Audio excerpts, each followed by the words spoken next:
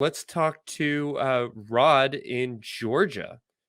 Rod, you had some curiosities about the labels that we use. What's on your mind? Yeah, I was just curious to just get you guys' opinion or view on just do you feel like labels are important in general? Do you feel like they're important? Do you feel like do they provide structure for society? Um, Yeah. No, I think that that's an incredibly valid question. And it's one that doesn't have a straightforward answer. Honestly, the next line of questioning that I had for Miss O'Kist was in reference to whether or not this idea of neurodivergence is a useful label and what we can be doing with it as a society. But more generally speaking, I have to say that myself and most queer folks I know, honestly, are kind of two minds about this. Like, yes, these labels matter, and I'm just going to say that concretely. There are too many people that have bled and died for these adjectives. There are too many people who have suffered in order to be able to attach themselves to some of these labels. And so I'm absolutely going to say that yes, they matter. They provide personal understanding, they provide community, they provide connection to resources and to other information. There is a lot of value in these labels. At the same time, I do want to acknowledge that people are just people. That whatever language we tend to drag our culture through, that individuals are individuals and need to be seen that way. And we can get a little bit too mixed up in trying to find all the right adjectives and trying to obsess over, well, am I a queer demi boy, gender? Like we can get into all of these things and they can start to drive us crazy. At the same time, right, they where can connect us with people. And so if you are finding some balance in all of that, it's one of the reasons why when people ask me about my sexuality, if I'm talking to somebody that I'm on my fifth date with, I might throw out a bunch of labels and a bunch of adjectives and I might tell some personal stories and I might like really get detailed with it. But generally when people ask me about my gender, about my sexuality, I tend to just say queer because I don't necessarily need to give everybody this like detailed definition of who I am. I know that's a bit of a long-winded answer, Rod, but how does that all resonate for you? Yeah, I just feel like it's a rabbit hole that like we go down and I don't see it ever really ending. There's no end point in it. I mean, we could dice a label down and then dice those labels that come from that label down. It could be like a huge progression of labels to where each label was unique to each individual person, because we all Sure. are different. Like you said, we all are individuals. And so I just want to, I'm just trying to figure out, I know it's an arbitrary line, but I feel like as a society, we do need to have maybe like, obviously, like we define like the color red as this particular piece of the electromagnetic spectrum as red, and we define it, we label it as red. And so that's what we all can communicate because we all understand that frequency to be red. And so, I mean, to think about it with gender and things of that nature, like where do we draw the line and say, okay, this is, this is that, or this Yeah. is this particular label, and it's like we are, I don't know, majoring in the minors, so to speak, when we go down these like long rabbit holes of extended labels on top of labels. I just thought about that. That's Yeah, no, and you're not wrong, and I totally get that. The cutoff point is arbitrary and it can be unnecessary. At the same time, I think that you have to acknowledge that that's not just a gender issue or a sexuality issue. I mean, that could be true of really anything.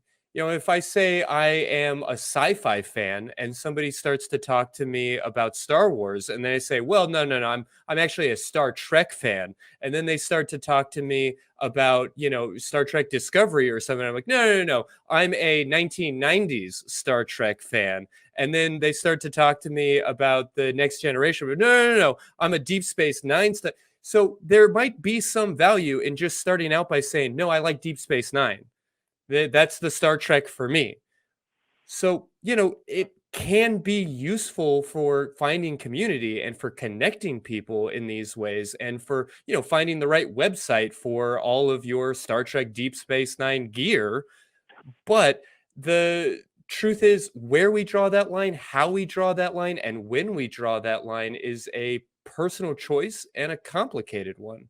So I empathize with some of your concerns here, Rod, because I know that a lot of people, myself included, have lost unnecessary sleep, driving themselves crazy, trying to find the exact right adjectives. And that's a destructive process. At the same time, these labels really do have a lot of power and a lot of meaning. Right. I agree with both sides. I do think that it does give a little bit. It's a positive side to it, but I feel like it causes a lot of confusion. Also on one end, you know what I mean. So, if I like you said, if I'm a sci-fi fan, I'm a sci-fi fan. I mean, we could discuss on an individual, on a personal level, what specific, I like about it, sci-fi. But I think as a whole, because there's this broader term of sci-fi, I guess, and that would be like saying queer, I guess. I don't know. It's very subjective. Sure. Well, I mean, may I ask, are there any particular lines that you draw that you are perhaps challenged by? Because I think that another piece of this can be standing sort of outside of other people's labels and not necessarily understanding the significance or the importance of those things from the inside. What are some of your own experiences with, like, how these lines work and where to draw them? Well, like I was a biology major in school, and I'm I don't I'm not really I know that gender is like a social construct, and I do feel like gender though is somewhat tied to our sex, and that those labels that we have that were created, that are socially designed and socially constructed, were, I guess, derived from our our sex. That's me having XY chromosomes, someone having XX chromosomes. I think there is. Yeah, but we recognize that that is not a really accurate or complex understanding of how gender or sexuality works.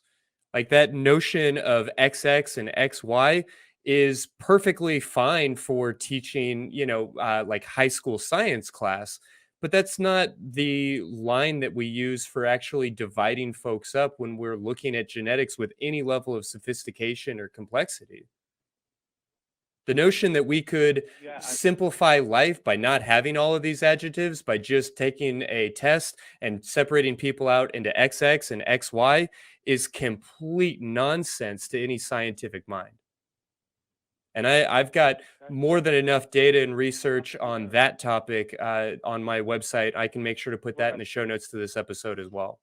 right, right. But that's what biology does, though. That's what biology does. Biology says. No, it doesn't, Brad. I'm going to interrupt you here because I feel like this is a really common, really inaccurate talking point. I want to be super, super clear on this point. Can I finish? Genetics are not as simple as XX and XY.